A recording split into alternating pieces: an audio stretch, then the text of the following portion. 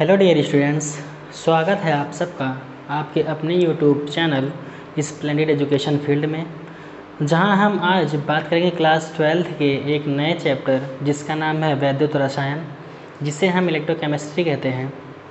तो इस चैप्टर के बारे में आज हम अपने इस लेक्चर में बात करेंगे, जो इसका पहला वीडियो होगा।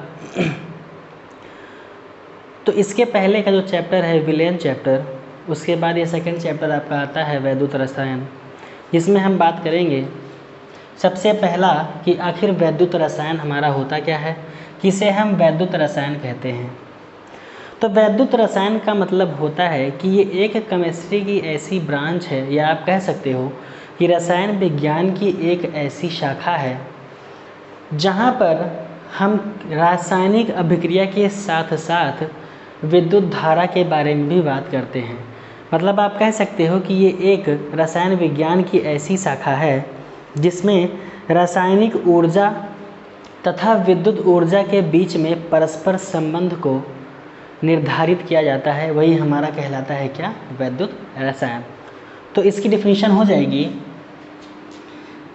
रसायन विज्ञान की ऐसी शाखा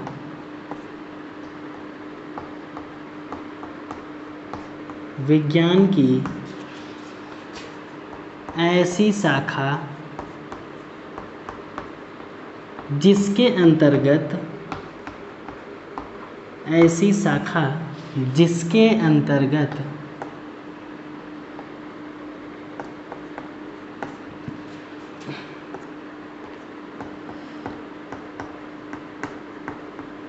रासायनिक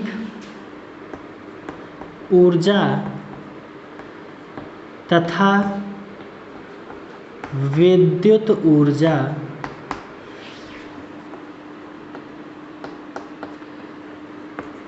के मध्य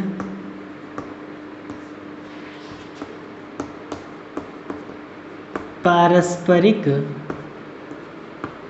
संबंध का अध्ययन करते हैं। पारस्परिक संबंध का अध्ययन करते हैं।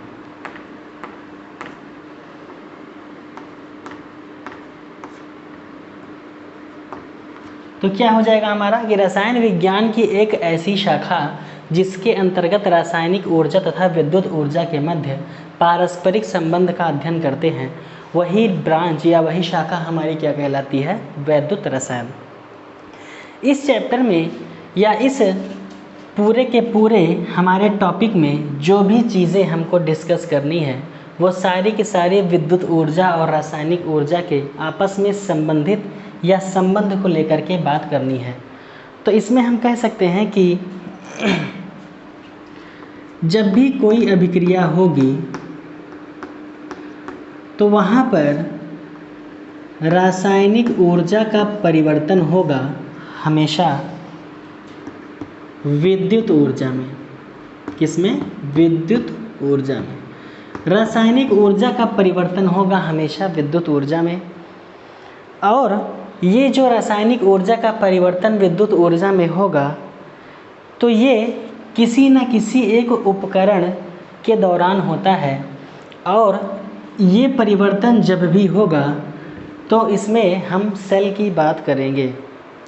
तो इसमें सेल जो हमारी आएगी उसे हम कह सकते हैं वैद्युत रासायनिक सेल। वैद्युत रासायनिक सेल। तो जब भी हम रासायनिक ऊर्जा से विद्युत ऊर्जा में जाने की या परिवर्तन की बात करेंगे, तो उसमें जो यूज़ होगी सेल, उसे हम वैद्युत रासायनिक सेल कहते हैं, या इसी को हम वोल्टीय सेल कह सकते हैं। वोल्टीय सेल, या इसी को गैल्वनी सेल कह सकते हैं। गैल्वनी सेल। तो आप चाहे इस युक्ति की बात करो कि रासायनिक ऊर्जा विद्युत ऊर्जा में परिवर्तित हो रही है, तो किसके द्वारा? वैद्युत रासायनिक सेल के द्वारा। या इसी को दूसरा नाम हम वोल्टीय सेल भी दे सकते हैं, और इसी को दूसरा नाम हम गैल्वनी सेल दे सकते हैं। इन सभी का सबसे मोस्ट इम्पॉर्टेंट अगर हम माने कि हमारा एग्जाम्पल क्या होगा, तो वो एग्जाम्पल हमारा होगा डैनियल सेल। जो हमको इस चैप्टर में बहुत ही अच्छे से डिस्कस करना है। कौन सी सेल? Daniell cell. ये सेल काफ़ी विस्तार से हमको इस चैप्टर में पढ़नी है। तो अभी तक अगर मोटे मोटे तौर पर बात करें तो हमने क्या पढ़ा कि वैद्युत रसायन क्या है। तो रसायन विज्ञान की एक ऐसी शाखा है जिसके अंतर्गत रासायनिक ऊर्जा और विद्युत ऊर्जा के मध्य हम संबंध को निर्धारित करते हैं या उसका अध्ययन करते हैं, जिसमें रासायनिक ऊर्जा का परिवर्तन होगा किसमें? विद्युत ऊर्जा में, तभी उसको हम वैद्युत रसायन कहेंगे। और ये युक्ति जो पूर्ण होगी वो वैद्युत रासायनिक सेल के द्वारा हो सकता है, या इसी का दूसरा नाम वोल्टीय सेल, इसी का दूसरा नाम गैल्वेनी सेल। और इन सभी सेल से जो हमारी रासायनिक ऊर्जा विद्युत ऊर्जा में परिवर्तित होगी उसका सबसे मोस्ट इम्पॉर्टेंट हमारा एग्जाम्पल क्या है? डैनियल सेल, जो हमको इसमें अच्छे से पढ़ना है। तो आइए बात करते हैं हम डैनियल सेल के बारे में। अब यहाँ पर रासायनिक ऊर्जा का मतलब क्या होता है? रासायनिक ऊर्जा का मतलब रासायनिक ऊर्जा तब उत्पन्न होगी जब कोई रासायनिक अभिक्रिया होती है। क्या होती है? रासायनिक अभिक्रिया होती है। जब रासायनिक अभिक्रिया होती है तो वहाँ पर ऊर्जा बनती है हमेशा, या तो मुक्त होगी या तो अवशोषित होगी। और जो हमारी ये रासायनिक अभिक्रिया होती है इसी के द्वारा क्या होती है? ऊर्जा का निर्वाह होता है, या कह सकते हो विद्युत ऊर्जा बनती है, या कह सकते हो कि करंट बनती है। तो जब तक केमिकल रिएक्शन कोई होगी नहीं तब तक ऊर्जा का आवाहन या निर्वाह होगा नहीं और वहाँ पर करंट बनेगी नहीं। तो बात करेंगे हम अपने पहला डैनियल सेल के बारे में, जो कि बहुत ही इम्पॉर्टेंट टॉपिक है। तो हमारी हेडिंग क्या होगी? Daniell cell.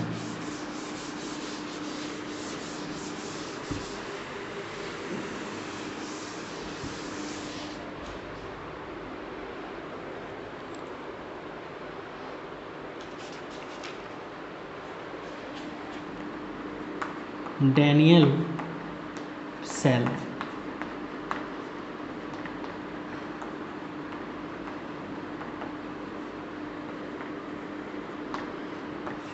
ठीक, अब डैनियल सेल की अगर हम बात करेंगे तो इसमें क्या होगा? रासायनिक ऊर्जा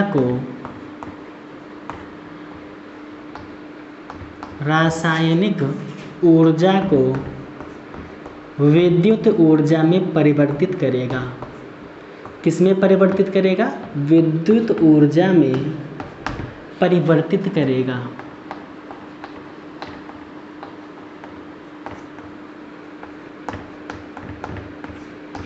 देखिए, आपके जो फिजिकल केमिस्ट्री में जितने भी चैप्टर हैं क्लास 12 में आपके, इन सभी के नंबर आपस में फिक्स होते हैं। उतने नंबर का क्वेश्चन आपको पर ईयर हमेशा मिल जाएगा।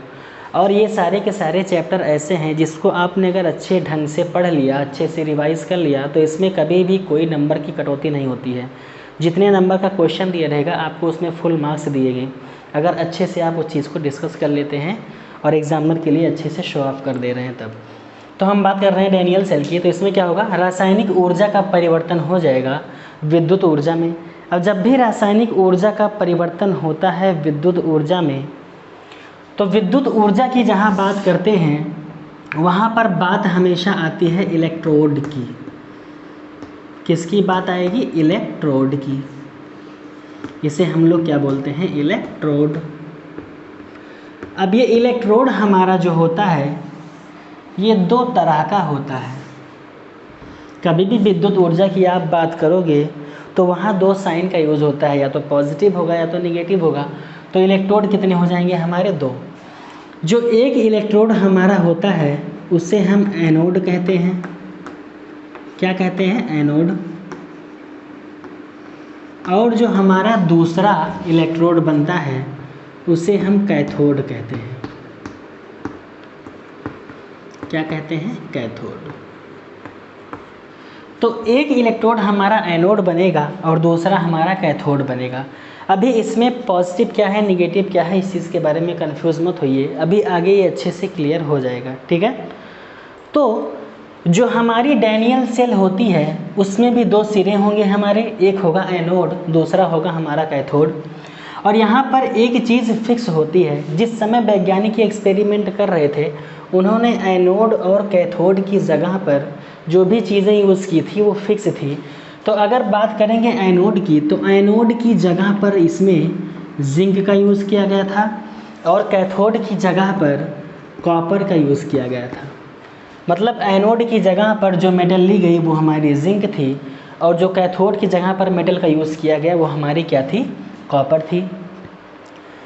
क्योंकि जब भी हम चार्ज की बात करेंगे तो मेटल हमारी क्या होती है, चार्जेबल होती है, उसी से चार्ज निकलता है। इसीलिए एनोड की जगह पर डैनियल सेल में जिंक का यूज़ किया गया, कैथोड की जगह डैनियल सेल में कॉपर का यूज़ किया गया। अब यहाँ पर एक चीज़ हमेशा आप लोग याद रखना, कैथोड हमारा किस तरफ है, राइट हैंड साइड, और एनोड हमारा किस तरफ है, लेफ्ट हैंड साइड में। तो अगर हम बात करेंगे यहाँ पर तो इस बात को आप हमेशा याद रखना, एनोड हमारा किस तरफ है, बाएं तरफ है, यानी कौन सा साइड हो गया, ये लेफ्ट हैंड साइड। और अगर बाएं तरफ है तो इस जिंक का होगा यहाँ पर ऑक्सीकरण, और जब ऑक्सीकरण होता है तो ये सिरा हमारा बनेगा ऋणात्मक। अभी ये सारी चीज़ें अच्छे से क्लियर होंगी आगे। बायां सिरा ऑक्सीकरण होगा, बनेगा हमारा ऋणात्मक, इसीलिए इसको हम क्या बोलते हैं, एनोड। दूसरे तरफ आते हैं, इसमें भी वही चीज़ है, ये हमारा दायां सिरा और यहाँ पर होगा इसका अपचयन, ये सिरा होता है धनात्मक, इसीलिए इसको बोलते हैं कैथोड। इन सभी चीज़ों को हम क्यों बता रहे हैं, क्योंकि अभी जब आगे हम डैनियल सेल का पूरा स्ट्रक्चरल व्यू आपको दिखाएंगे तो वहाँ पर इन सभी चीज़ों का यूज़ होगा। तो ऑक्सीकरण का मतलब हो जाएगा यहाँ पर इलेक्ट्रॉन का निकलना। क्या हो जाएगा, इलेक्ट्रॉन का निकलना। जब भी कहीं से इलेक्ट्रॉन के निकलने की बात आएगी तो वहाँ पर ऑक्सीकरण होता है, और अपचयन का मतलब हो जाएगा इलेक्ट्रॉन का जुड़ना। ठीक, तो ये सारी चीज़ें। अब हम बात करेंगे कि यहाँ पर क्या करना है। तो बात क्या की हमने कि रासायनिक ऊर्जा को विद्युत ऊर्जा में परिवर्तित करेगा हमारा क्या, डैनियल सेल। इसमें दो इलेक्ट्रोड होते हैं, एक एनोड दूसरा कैथोड। एनोड की जगह पर जिंक का यूज़ करते हैं, कैथोड में कॉपर का यूज़ करते हैं। ये हमारा बायां सिरा है, यहाँ पर ऑक्सीकरण होगा इसीलिए ये ऋणात्मक होगा और एनोड कहेंगे इसको। ये दायां सिरा होगा, यहाँ पर अपचयन की अभिक्रिया होगी, ये धनात्मक सिरा होगा, ये हमारा क्या कहलाएगा, कैथोड। अब इसमें एक बहुत इम्पॉर्टेंट बात है, आप लोग उसको नोट कर लीजिएगा कि हमको जिस चीज़ का इलेक्ट्रोड बनाना होगा, मतलब हमको जो भी चीज़ें इलेक्ट्रोड के रूप में यूज़ करनी होंगी, चाहे वो कैथोड होगा चाहे वो एनोड। इलेक्ट्रोड कितने हमारे, दो, एक एनोड एक कैथोड। तो जो भी चीज़ें हमको इलेक्ट्रोड, हम जिस चीज़ का यूज़ करेंगे उस इलेक्ट्रोड को उसी के विलयन में हम लोग डालेंगे। जैसे आप लोग इसको नोट करके लिख लीजिए, हमने क्या कहा कि जिसका इलेक्ट्रोड होगा उसकी रॉड को उसी के विलयन में डालेंगे। जिसका इलेक्ट्रोड बनाना हो, जिसका इलेक्ट्रोड बनाना हो उसकी रॉड को या छड़ आप कह सकते हो, उसकी रॉड को उसी के विलयन में, जिसका इलेक्ट्रोड बनाना हो उसकी रॉड को उसी के विलयन में डुबा दिया जाता है। क्या करते हैं, उसी के विलयन में डुबा दिया जाता है। ये बात हमने बोली क्यों। तो अब आइए देखते हैं डैनियल सेल के बारे में। हमने क्या कहा कि हमारे पास दो इलेक्ट्रोड थे, एक एनोड था दूसरा कैथोड। एनोड हमारा लेफ्ट हैंड साइड, कैथोड हमारा राइट हैंड साइड। एनोड में होगा हमारा ऑक्सीकरण, वो होगा ऋणात्मक। कैथोड में हमारा होता है अपचयन, वो होगा हमारा धनात्मक। अब आइए इसको हम स्ट्रक्चर के साथ में देखते हैं कि आखिर ये कैसे बनेगा। हम मानते हैं कि ये हमारे पास एक रॉड हो गई और ये हमारे पास एक दूसरी रॉड, दो सिरा बनाना है हमको, तो इसीलिए कितनी रॉड लेनी पड़ेगी? 2। एक सिरा हमारा धनात्मक बनेगा और दूसरा हमारा ऋणात्मक। अब देखिए यहाँ पर क्या, ये रॉड जो हमने ली है ये हमारी जिंक की रॉड है और ये रॉड जो हमने ली है ये हमारी कॉपर की रॉड है। इन दोनों को जिसका इलेक्ट्रोड बनाना होगा उसी के विलयन में डालेंगे। तो ये हमारा पहला विलयन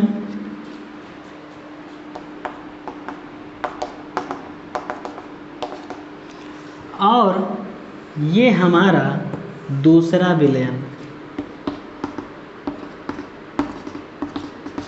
ठीक, ये हमारी जिंक की रॉड है, हमने इसको जिंक के विलयन में डाला। ये हमारी कॉपर की रॉड है, इसको हमने कॉपर के विलयन में डाला। हमने जो जिंक में विलयन का इस्तेमाल किया है वो है हमारा जिंक सल्फेट ZnSO4, और जो हमने कॉपर के विलयन को या कॉपर की रॉड को जब विलयन में डाला है तो इसमें विलयन के रूप में हमारा है CuSO4। मतलब यहाँ जिंक सल्फेट और वहाँ पर है कॉपर सल्फेट। इन दोनों रॉड को हम आपस में कनेक्ट करेंगे। इन दोनों रॉड को हम क्या करेंगे?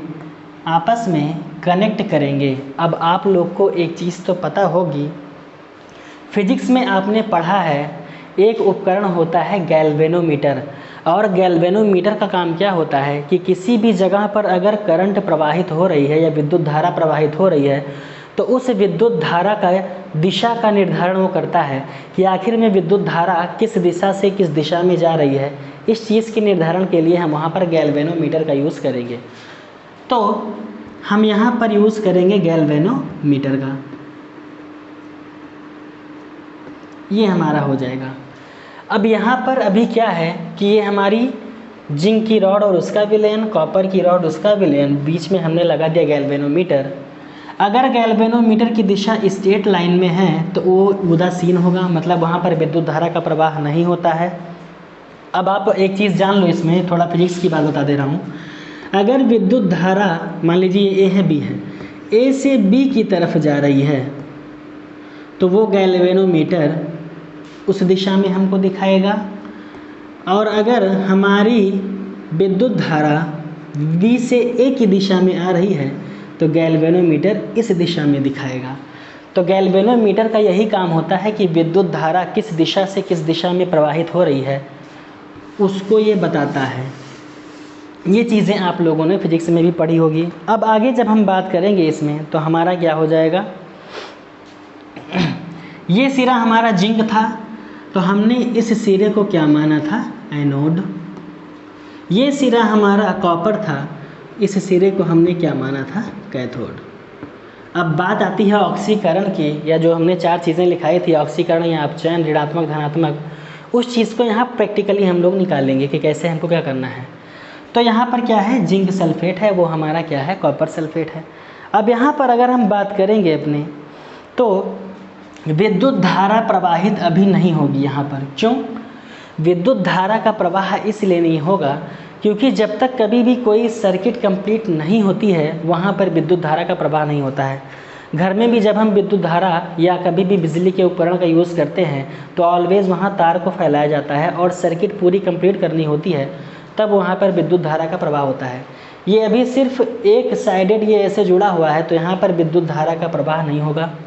विद्युत धारा के प्रवाह के लिए हमेशा वहाँ पर सबसे मोस्ट इम्पॉर्टेंट रोल अगर होता है किसी चीज़ का तो वो होता है आयंस का। जहाँ पर मुक्त आयन पाए जाते हैं वो धनात्मक और ऋणात्मक आयन हमारे। तो अगर हम आगे इसमें बात करेंगे तो यहाँ पर हमने क्या कहा था कि हमारा जिंक अगर है लेफ्ट हैंड साइड तो इसका होगा ऑक्सीकरण। यहाँ से जिंक 2 इलेक्ट्रॉन को रिलीज़ करेगा, इस पर 2 प्लस आ जाएगा। यहाँ पर कॉपर, अब जब जिंक यहाँ से 2 इलेक्ट्रॉन को लूज़ करेगा तो इस पूरे विलयन में हमारा क्या बनेगा? Zn plus plus, Zn plus plus, Zn plus plus, मतलब यहाँ पर क्या होगा? Zn plus plus. और ये Zn++ इसी विलयन में प्रवाहित होना स्टार्ट हो जाएगा। और जैसे जैसे ये प्रवाहित होता आएगा ये रॉड हमारी क्या होगी, ख़त्म होती जाएगी। मतलब जिस चीज़ का हम यूज़ करते हैं वो चीज़ें क्या होती हैं, नष्ट होना स्टार्ट हो जाती हैं। तो यहाँ से Zn++ इस हमारे विलयन में प्रवाहित होना स्टार्ट होगा। और जब यहाँ पर प्रवाहित होना स्टार्ट होगा तो इलेक्ट्रॉन्स इस रॉड पर मूव करेंगे।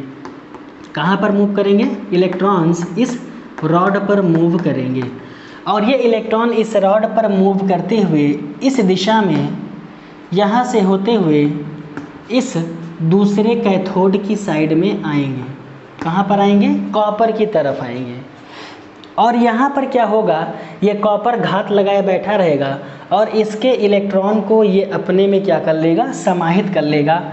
मतलब यहाँ पर जो कॉपर का रोल है, ये कॉपर अपने साथ में 2 इलेक्ट्रॉन को जोड़ लेगा जो किधर से आ रहा है, जिंक की साइड से, और ये बन जाएगा हमारा क्या, Cu। अब बात करें यहाँ पर तो यहाँ पर जिंक हमारा सॉलिड होगा और ये कैसा हो जाएगा, एक्वस। यहाँ पर कॉपर पर भी हमारा +2 चार्ज होता है और ये रहेगा एक्वस। और जैसे ही ये 2 इलेक्ट्रॉन को यूज़ करेगा ये तुरंत किस में बदल जाएगा, सॉलिड में। अब यहाँ पर क्या होगा, यहाँ पर होगा कि जो हमारा इलेक्ट्रॉन उधर से आ रहा था, कॉपर ने इसको एक्सेप्ट कर लिया। और कॉपर जब एक्सेप्ट करेगा तो इसकी रॉड पर बहुत सारे Cu++, इसके परत पर जमा हो जाएंगे। मतलब यहाँ से इलेक्ट्रॉन निकल के उस तरफ जा रहा है, कॉपर इसको एक्सेप्ट कर रहा है और एक्सेप्ट करने के बाद में खुद जाके इस क्षण पर इकट्ठा हो जा रहा है। फिर हमारे इस विलयन में जो बच रहा है वो क्या बच रहा है, SO4-। यहाँ पर क्या हो रहा है कि Zn हमारा जो है जिंक वो Zn+2 वो सारा का सारा इस विलयन में प्रवाहित हो रहा है। और विलयन में प्रवाहित होने के बाद में यहाँ से 2 इलेक्ट्रॉन निकल रहे हैं और वो क्षण पे आ जा रहे हैं। मतलब अगर हम बात करें तो जिंक की तरफ क्षण पर इकट्ठा हो रहा है इलेक्ट्रॉन, और कॉपर की तरफ बात करें तो इकट्ठा हो रहा है क्षण पर क्या, हमारा Cu++।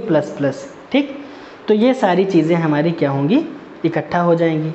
अब इसके बाद अगर हम बात करें तो आप बताओ, अब इसमें करंट फ्लो तो अभी मान लो हो नहीं रही है, तो करंट या पूरी सर्किट को कंप्लीट करने के लिए हम इसमें एक सॉल्ट ब्रिज का यूज़ करते हैं। किसका यूज़ करेंगे, सॉल्ट ब्रिज का।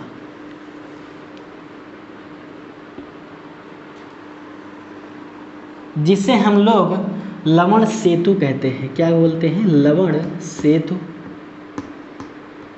और इसको इंग्लिश में बोलते हैं सॉल्ट ब्रिज।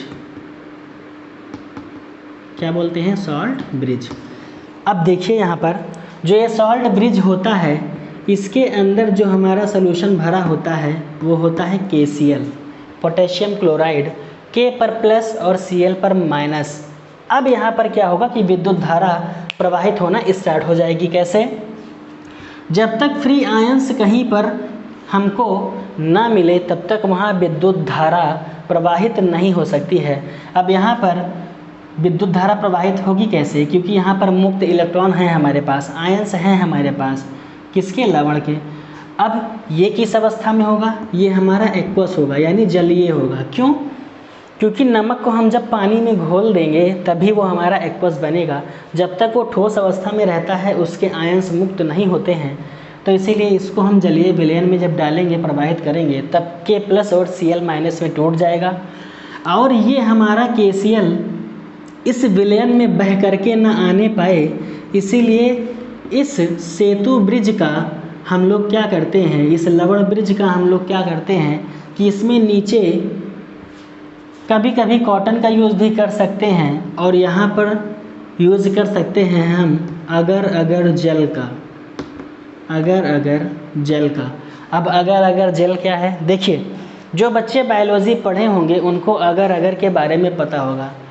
क्लास 11th का हमारा चैप्टर होता है शैवाल। शैवाल हमारा क्या होता है, 3 भागों में, क्लोरोफाइसी, फियोफाइसी, रोडोफाइसी। तो अगर हमारा क्या होता है, एक तरह का लाल शैवाल माना जाता है, और इसमें से जेलीज, आइसक्रीम, इन सभी चीज़ों को बनाया जाता है। तो ये अगर जल इसी में इस क्षण को ब्लॉक करने के लिए यहाँ पर भरा रहता है, जो क्या करता है, ये इस KCl को नियमित रूप से बनाए रखता है, मतलब प्लस आयन भी और माइनस आयन भी दोनों की मात्रा को बराबर बनाए रखता है, ताकि विलयन में प्लस या माइनस आयन में कोई कमी या बढ़ोतरी ना होने पाए। मतलब इन आयन्स को बराबर बनाए रखने के लिए अगर यहाँ पर भरा जाता है। और एक काम इसका और है कि ये अगर भरने से ये हमारा जो KCl है ये इस विलयन में पूर्ण रूप से प्रवाहित ना हो जाए, इसीलिए भी इसका यूज़ किया जाता है। अब यहाँ पर क्या होगी कि विद्युत धारा प्रवाहित होना स्टार्ट हो जाएगी। तो अभी हमने बताया आपको, जैसे जैसे विद्युत धारा प्रवाहित होगी ये Zn हमारा +2 में टूटता हुआ इस विलयन में भर जाएगा, और यहाँ से इलेक्ट्रॉन रिलीज़ होगा, वो जा करके कॉपर की साइड जाएगा, और यहाँ से कॉपर इस विलयन की सतह को छोड़कर इस क्षण पर इकट्ठा हो जाएगा और आपस में ये मिल जाएंगे। अब इसमें आगे क्या होगा? अब इसमें आगे जब होगा तो आप लोग को एक चीज़ पता होगी कि इलेक्ट्रॉन जिस दिशा में मूव करते हैं, ठीक, मतलब इलेक्ट्रॉन अगर इस दिशा में जा रहा है, किस दिशा में? इलेक्ट्रॉन एनोड से किधर जा रहा है? कैथोड की दिशा में। तो इलेक्ट्रॉन जिस दिशा में गति करते हैं विद्युत धारा उसी के विपरीत बहती है। कैसे? विद्युत धारा आप लोग को पता होगी किस दिशा में बहती है, तो विद्युत धारा हमेशा धनात्मक से ऋणात्मक की तरफ बहती है, यानी पॉजिटिव से नेगेटिव की तरफ जाएगी। और यहाँ पर पॉजिटिव सिरा हमारा क्या होगा? कैथोड, और हमारा नेगेटिव क्या होगा? एनोड। मतलब इलेक्ट्रॉन के बहने की दिशा के विपरीत विद्युत धारा की दिशा होती है।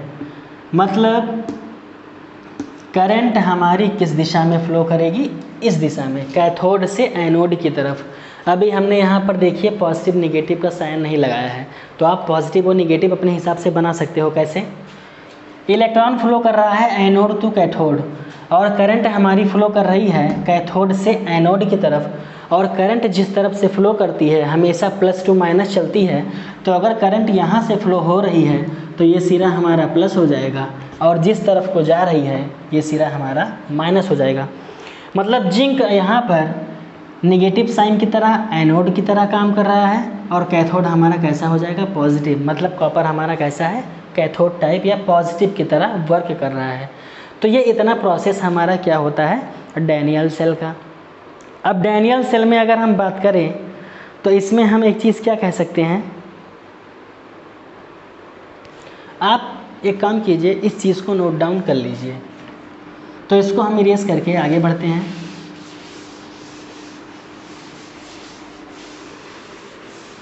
ये फिगर बहुत ही इम्पॉर्टेंट है, एग्ज़ाम के पॉइंट ऑफ व्यू से बहुत ही ज़्यादा इम्पॉर्टेंट है, पूछा भी गया है कई बार।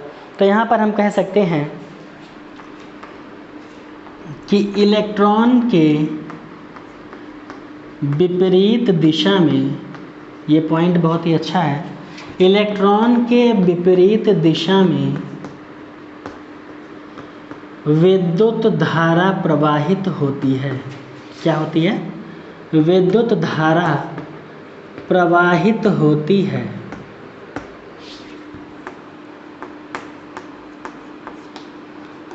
मतलब हमारा इलेक्ट्रॉन अगर एनोड से कैथोड की ओर जा रहा था,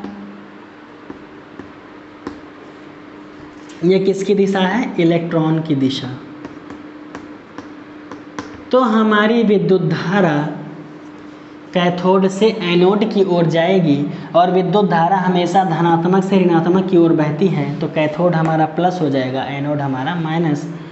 ये किसकी दिशा हो जाएगी? विद्युत धारा की दिशा, विद्युत धारा की दिशा। इतनी बातें क्लियर हैं? हमने क्या कहा कि एनोड की तरफ हम जिंक को लेते हैं, कैथोड की तरफ हम कॉपर को लेते हैं। एनोड की तरफ जिंक हमारा 2 इलेक्ट्रॉन को लूज करता है, और सारा का सारा जिंक विलयन में चला आता है, और रॉड पर जमा क्या होता है? इलेक्ट्रॉन। वही इलेक्ट्रॉन इस एनोड से कैथोड की ओर जाते हैं, और यहाँ कॉपर उसको एक्सेप्ट कर लेता है, और कॉपर जब उसको एक्सेप्ट करता है तो खुद आकर के जमा हो जाता है क्षण पर, और विलयन में बचता क्या है? SO4। इसमें सबसे ज़्यादा इम्पॉर्टेंट रोल कौन प्ले कर रहा था? हमारा जो हमारा सॉल्ट ब्रिज था, यानी लवण सेतु था, वो क्या करता है? अभी आपको इस चीज़ में हम बता रहे हैं कि वो क्या करता है। अब आगे इसमें हम बात करते हैं अगर, तो करंट की दिशा हमारी क्या हो गई? प्लस से माइनस, यानी कैथोड से आएगा वो हमारा एनोड की तरफ में। अब अगर इसमें हम मोटी मोटी चीज़ें जान लें तो हमारा ये एनोड है, ये हमारा कैथोड है। एनोड की तरफ हमने क्या चीज़ कंसीडर की थी या क्या चीज़ थी हमारी, जिंक, और कैथोड की तरफ हमारा क्या था, कॉपर। तो एनोड की तरफ हमारा जिंक था और कैथोड की तरफ हमारा क्या था, कॉपर था। इस अगर हम पहले इक्वेशन की बात करें तो हमारा जिंक था ठोस अवस्था में, सॉलिड, और इसने जिंक +2 का निर्माण किया, कैसे, 2 इलेक्ट्रॉन को लूज करके। सेकंड हमारा था कॉपर जो कि +2 स्टेट, और साथ में इसने 2 इलेक्ट्रॉन को ग्रहण किया और बाद में ये बन गया कॉपर जो कि कैसा था, सॉलिड। ये कैसा था, एक्वस यानी जलीय, और इधर ये कैसा है, ये भी है एक्वस यानी जलीय। अब यहाँ पर ये हमारा है लेफ्ट हैंड साइड, ये हमारा है राइट हैंड साइड।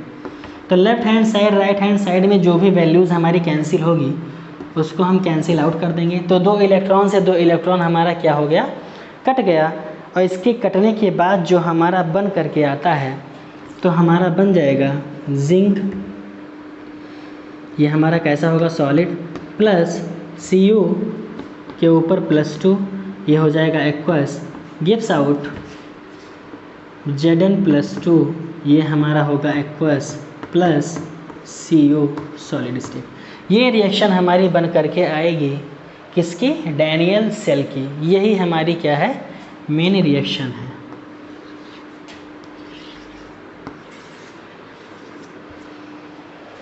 दो इलेक्ट्रॉन से 2 इलेक्ट्रॉन कैंसिल आउट हो जाएंगे। जिंक हमारा सॉलिड स्टेट, कॉपर हमारा एक्वस में यहाँ आ जाएगा। जिंक हमारा एक्वस स्टेट और कॉपर यहाँ पर सॉलिड स्टेट यहाँ पर आ जाएगा। अब आप लोग एक चीज़ इसमें ध्यान रखिएगा कि जो ऊपर की रिएक्शन हुई ये हमारी कौन सी रिएक्शन थी, एनोड के साइड की। जो नीचे की रिएक्शन हुई ये हमारी कौन सी थी, कैथोड के साइड की। यहाँ पर हमने इस रिएक्शन को पॉजिटिव माना और एनोड हमारा कैसा था, नेगेटिव चार्ज वाला था। अब यहाँ पर अगर हम इसको एक नाम देना चाहें, क्या नाम देंगे, जिंक में हमारा क्या हो रहा था, ऑक्सीकरण, मतलब हमारे जिंक में क्या हो रहा था, ऑक्सीकरण। इसमें हमारा क्या हो रहा था, ऑक्सीकरण, और यहाँ पर हमारा क्या हो रहा था, अपचयन। तो अगर हम बात करें तो इसको हम कह सकते हैं ऑक्सीकृत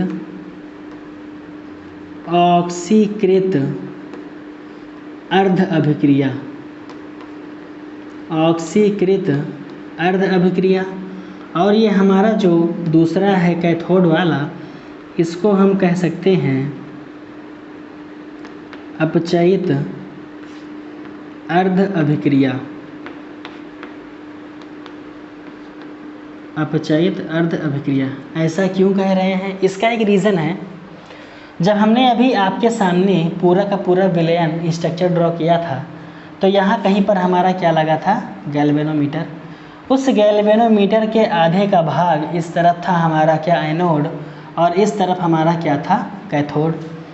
तो आधी अभिक्रिया इधर हुई, इधर हो रहा था ऑक्सीकरण, तो इधर की रिएक्शन हो जाएगी ऑक्सीकृत अर्ध अभिक्रिया, और आधे के उधर हो रहा था हमारा कौन सा, अपचयन, तो उधर की अभिक्रिया हो जाएगी अपचयित अर्ध रिएक्शन, यानी अपचयित अर्ध अभिक्रिया। तो ये चीज़ें आपको समझ में आई।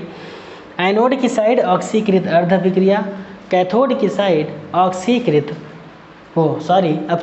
अर्ध अभिक्रिया, ये चीज़ें हमारी हो जाएंगी। अब इसमें हम आगे बढ़ते हैं और बात करते हैं इसमें हमारा नेक्स्ट, कैसे उस पूरे रिएक्शन को हम दिखाएंगे। तो उस पूरे रिएक्शन को हम कैसे दिखाएंगे, अगर हमसे पूछा जाए कि उसका निरूपण कीजिए, तो उसके निरूपण के लिए एक सबसे इजी हमारा है, अभी आप लोग को हम बता रहे हैं।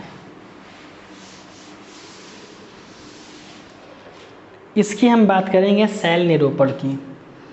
क्या है हमारा, सेल निरूपण।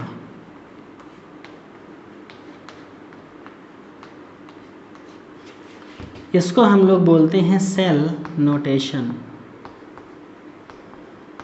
अब बात करें सेल नोटेशन की, उस पूरे स्ट्रक्चर को जो हमने अभी पीछे बनाया था उस पूरे स्ट्रक्चर को आप चाहो तो एक तरीके से प्रदर्शित करवा सकते हो। जो बीच में हमने लवण सेतु बनाया था, सॉल्ट ब्रिज, उसको आप ऐसे 2 लाइन से दिखा सकते हो, मतलब क्या 2 डंडे से दिखा सकते हो। इस तरफ हमारा क्या था, एनोड, इसके ऊपर साइन कैसा था, नेगेटिव। इस तरफ हमारा क्या था, कैथोड, इसके ऊपर साइन कैसा था, पॉजिटिव, ठीक। और ये हमारा क्या है, ये हमारा है साल्ट ब्रिज, यानी क्या, लवण सेतु। अब यहाँ पर क्या हो जाएगा भैया, एनोड है, कैथोड है, बीच में हमारा क्या है, सॉल्ट ब्रिज।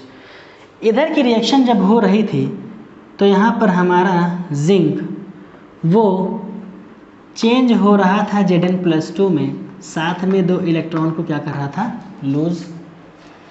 इस तरफ की जो हमारी रिएक्शन थी वहाँ कॉपर +2 की स्टेट में था और साथ में 2 इलेक्ट्रॉन को जोड़ करके ये Cu सॉलिड में चेंज हो रहा था। ये कैसा था हमारा, एक्वस। इधर ये कैसा था, सॉलिड, और ये कैसा था, एक्वस। तो इस तरीके से आप उस पूरे स्ट्रक्चर को एक व्यू में दिखा सकते हो आसानी के साथ। अब यहाँ पर एक हमारा जो हेडिंग है, मेन हमारा क्या था, ये सॉल्ट ब्रिज, इसके बिना विद्युत धारा का प्रवाह नहीं हो रहा था। तो लवण सेतु का जो मुख्य कार्य था, लवण सेतु का कार्य, तो इसके सबसे महत्वपूर्ण 2 कार्य थे। पहली चीज़, बिना लवण सेतु के, बिना सॉल्ट ब्रिज के लगाए हुए विद्युत धारा प्रवाहित नहीं हो रही थी। मतलब अगर हम पहले पॉइंट की बात करें इसमें, तो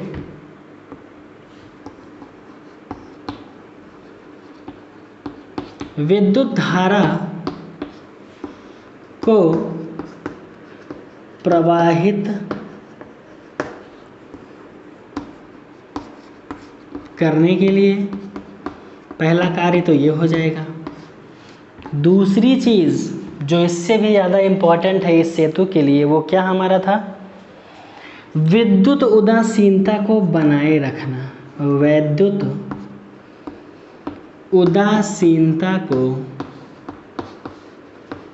बनाए रखने के लिए, बनाए रखने के लिए, ठीक। तो सॉल्ट ब्रिज का हमारा क्या कार्य था, 2 मुख्य कार्य था। एक तो विद्युत धारा को प्रवाहित करने के लिए हमने इसका इस्तेमाल किया था, लवण सेतु का, और दूसरा विद्युत उदासीनता को बनाए रखने के लिए। विद्युत उदासीनता का मतलब हो जाएगा कि जो इसमें हमारे आयंस भरे हुए थे, मतलब K+ और Cl-, उनके बीच में उदासीनता को बनाए रखने के लिए, यानी उनकी मात्रा को बराबर रखने के लिए, कभी वो घटने बढ़ने ना पाएँ। और वहाँ पर क्या जेल यूज़ हो रहा था हमारा, अगर जेल यूज़ हो रहा था, ताकि ये KCl उस ट्यूब से निकलकर विलयन में ना प्रवाहित होने पाए। एक बार आपको स्ट्रक्चर बना के हम फिर से वो बातें एक बार फिर से बता दे रहे हैं, जिससे आपका क्लियर हो जाएगा। तो आइए एक बार फिर से इस स्ट्रक्चर को अच्छे से समझ लेते हैं। देखिए इसमें क्या हो रहा है। देखिए, हमने एक सिरा लिया एनोड, जिसमें हमने जिंक का यूज़ किया था। दूसरा सिरा हमने लिया कैथोड, जिसमें हमने कॉपर का यूज़ किया था। यहाँ पर जिंक की तरफ हो रहा है ऑक्सीकरण, और ऑक्सीकरण इसलिए हो रहा है, हमने आपसे कहा था कि ऑक्सीकरण मतलब होता है इलेक्ट्रॉन का निकलना। तो जिधर से इलेक्ट्रॉन निकल रहा है, यानी जिंक से इलेक्ट्रॉन निकल रहा है, तो जिंक हमारा डूब रहा है Zn+2 में, और इसके साथ में 2 इलेक्ट्रॉन। ये इलेक्ट्रॉन इसकी सरफेस पर इकट्ठा हो जाएंगे क्षण के, और अपना प्रवाह करेंगे इस जिंक से उस कॉपर की तरफ, यानी एनोड से जाएंगे कहाँ, कैथोड की तरफ। और यहाँ पर क्या होगा कि हमारा ये कॉपर एक्वस सोल्यूशन में जो मिला हुआ था, सोल्यूशन में जब मिला होता है तो हमेशा वो पॉजिटिव नेगेटिव में रहेगा। तो Cu पे हमारा +2 रहेगा, SO4 पे -2 रहता है। तो यहाँ पे ये कॉपर हमारा इस 2 इलेक्ट्रॉन को अपने साथ जोड़ लेगा और बन जाएगा कॉपर सॉलिड। और सॉलिड इसलिए कह रहे हैं यहाँ करके डिपॉजिट कहाँ हो जाएगा, हमारे इस क्षण पर। मतलब यहाँ क्षण पर इलेक्ट्रॉन का डिपोजिशन हो रहा है, यहाँ क्षण पर हमारा कॉपर का डिपोजिशन हो रहा है। तो अब क्या होगा, बीच में हमने भरा है एक ट्यूब लगा करके KCl, जिसमें कि हमारा +Cl आया माइनस में। जब तक हमारे पास मुक्त इलेक्ट्रॉन्स या मुक्त आयंस नहीं रहेंगे, उस जगह पर कभी भी विद्युत धारा का प्रवाह नहीं होगा, इसीलिए हम यूज़ कर रहे हैं लवण सेतु का। और इसको हमने जलीय विलयन में मिला कर रखा KCl को, इसीलिए हमको यहाँ पर आयंस प्लस और माइनस मिल रहे हैं। और जैसे ही आयंस प्लस और माइनस मिले, विद्युत धारा का प्रवाह क्या हो जाएगा, शुरू। इस KCl को रोकने के लिए यहाँ पर हमने अगर जेल का यूज़ किया है, जिससे कि पूरा का पूरा KCl विलयन में ना चला जाए। अब यहाँ पर क्या होगा कि धीरे धीरे ये जिंक पूरी की पूरी इस विलयन में आना स्टार्ट करेगी, और पूरा का पूरा जिंक जैसे जैसे इस विलयन में आता जाएगा, इस यहाँ पर जो ये हमारी क्षण है ये धीरे धीरे समाप्त होती चली जाएगी, पतली होती चली जाएगी। और यहाँ पर इलेक्ट्रॉन को ये एक्सेप्ट करके कॉपर डिपॉजिट हो रहा है सरफेस पर, तो धीरे धीरे ये कॉपर की जो परत होगी यहाँ पर ये मोटी होती चली जाएगी।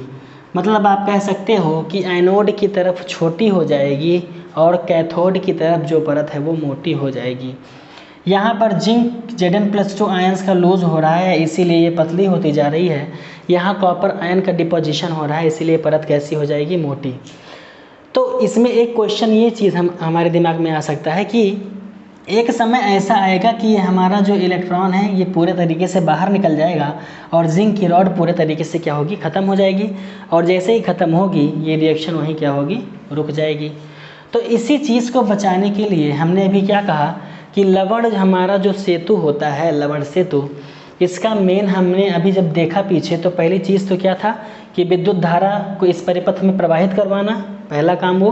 दूसरा काम था कि विद्युत उदासीनता को बनाए रखना। कैसे बनाए रखना, देखिए जैसे ही यहाँ पर पूरा का पूरा जिंक आकर के प्रवाहित होगा, तो जिंक इसमें प्रवाहित होने से कुछ समय बाद ऐसा होगा कि ये पूरा का पूरा पात्र हमारा जिंक से भर जाएगा। और जिंक के ऊपर है पॉजिटिव चार्ज, और इस पॉजिटिव चार्ज को कभी भी यहाँ से फिर से जिंक अंदर आएगा तो आने की कोशिश करेगा, तो ये जब पात्र पूरे तरीके से भरा रहेगा तो इसमें जब स्थान नहीं रह जाएगा तो जिंक यहाँ से नहीं आ पाएगा। दूसरी चीज़, यहाँ पर जब कॉपर पूरे तरीके से ऊपर चला गया तो इस पूरे विलयन में SO4- बचा रह जाएगा, और जब SO4- बचा रह जाएगा तो यहाँ पर भी ये कॉपर फिर से ऊपर नहीं जा पाएगा। इससे भी क्या हो सकती है, रिएक्शन रुक सकती है। मतलब या तो ये क्षण खत्म हो जाएगी तब रिएक्शन रुक जाएगी, या तो यहाँ से कॉपर ऊपर परत पर जाना बंद हो जाए और यहाँ से जिंक इस विलयन में आना बंद हो जाए, तो भी रिएक्शन क्या होगी, रुक जाएगी। तो इस चीज़ को रोकने के लिए भी हमारा KCl क्या करता है, बहुत ही अच्छा काम करता है।